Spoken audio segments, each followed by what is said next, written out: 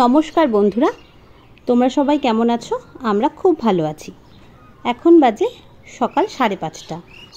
ভোরবেলা আর আমার পিছু ছাড়ছে না। ভাবলাম আজ একটু রেস্ট নেব, কিন্তু হঠাৎ 5:15-তে ফোন আসে বরকে ডিউটি যেতে হবে।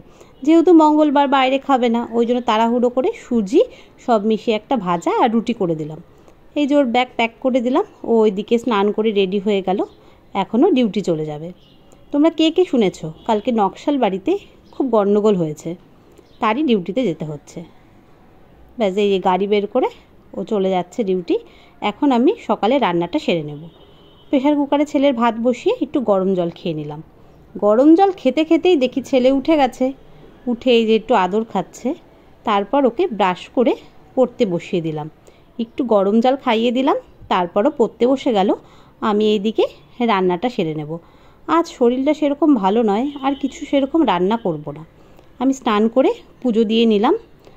আর রান্না আজকে করেছিলাম মটরের ডাল, আলুর চিপস ভাজা, আর সকালের তো সব মিশিয়ে ভাজা ছিলই, আর পরে একটা কিছু করে নেব। ব্যাস আমরা রেডি, স্কুলের উদ্দেশ্যে রওনা দিলাম। এই যে ছেলে আগে আগে যাচ্ছে টোটো ধরতে, তারপর আমি জোর করে হাতটা ধরে নিলাম। ব্যাস টোটো পেয়ে গেছি, এখন স্কুলে যাচ্ছি। ওকে স্কুলে দিয়ে মন্দিরে চলে আসলাম।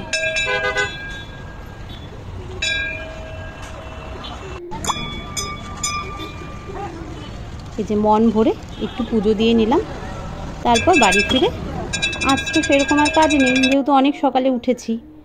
আজ একটু ভেবেছিলাম যে রেস্ট করব, কারণ কাল রাত থেকে প্রচণ্ড মাথা ব্যথা, কিন্তু কি আর করব, ভোরবেলা পিছু ছাড়ছেই না আমার। এই যে বাড়ি চলে আসলাম, আসার পথে দোকান থেকে একটা জিনিস নিয়ে নেব। ছেলেকে দিয়ে চলে আসলাম। আসার সময় একটা চালের গুঁড়োর প্যাকেট কিনলাম। ভাবছি খাওয়ার আগে একটু বাঁধাকপির পকোড়া ভাজবো। আর সব কাজ তো সকালেই হয়ে গেছে, গিয়ে আর কোনো কাজ নেই। এখন গিয়ে একটু গান শুনবো আর রেস্ট করব।